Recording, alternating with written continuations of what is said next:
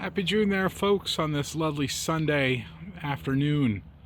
Making a quick video here, and I'll link. This is actually a much longer video showing the light from its start to its finishing points.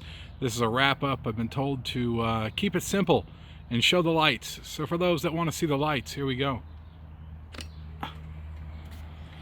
It's Twinsonic Model 12. I call it a Model 12F for Franken. Those of the astute eye know what I mean by Franken.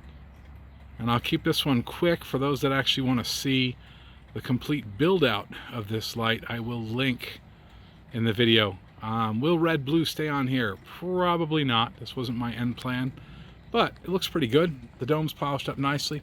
Give you the 360 and we'll wrap this up. May come back and hit this with one of those after hours videos too, to see how this looks at night.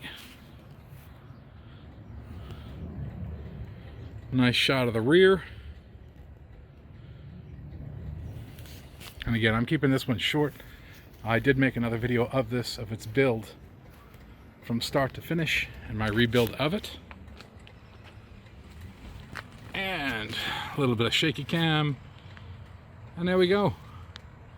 And that's it. That's my latest project. Wrapping up this twin Model 12F for Franken.